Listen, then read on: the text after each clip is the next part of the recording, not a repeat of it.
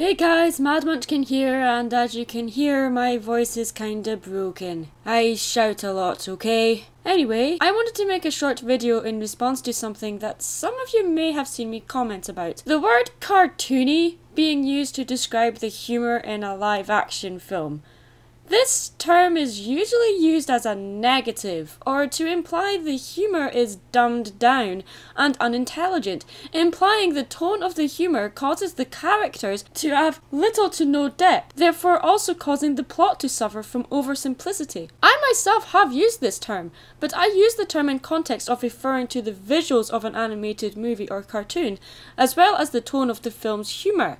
The comedy is heightened, the energy is electric, fast and mischievous to the point of being violent. The word cartoony when referring to a film's humour should be used as a positive, since the humour in, say, Merry Melodies, for example, is still as influential today as it was back then in the 1950s.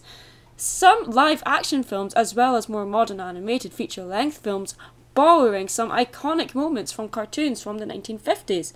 The best examples being some Chuck Jones-directed Looney Tunes cartoons. These cartoons have lasted and aged well because of their intelligent humour and memorable characters, which in no way suffer from a simplified plot.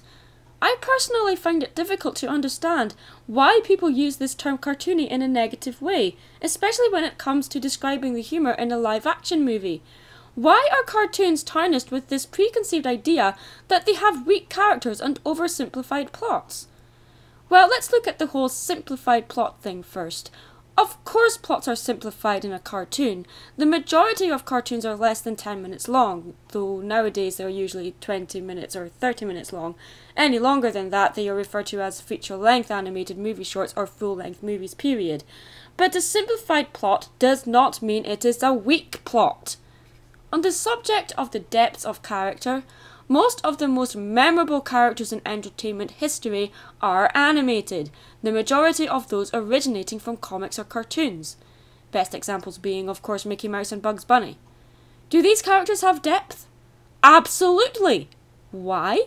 Because they are both ridiculously oversimplified or stereotypical representations of a specific stereotype.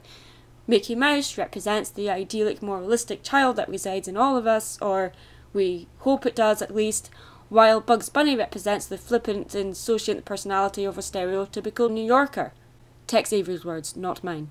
My point is, would either of these characters have lasted over a century's worth of entertainment history if the humour of the media they're depicted in was, and I quote, dumbed down and unintelligent, implying the tone of the humour causes the characters to have little to no depth, therefore also causing the plot to suffer from oversimplicity?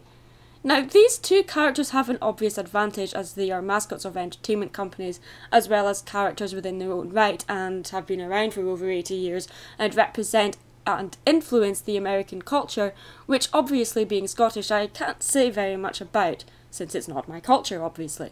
It angers me when animation is referred to as a separate genre from live action. Animation is not a genre, it is an art form that can portray every genre. It is not restricted to certain types of humour or comedy.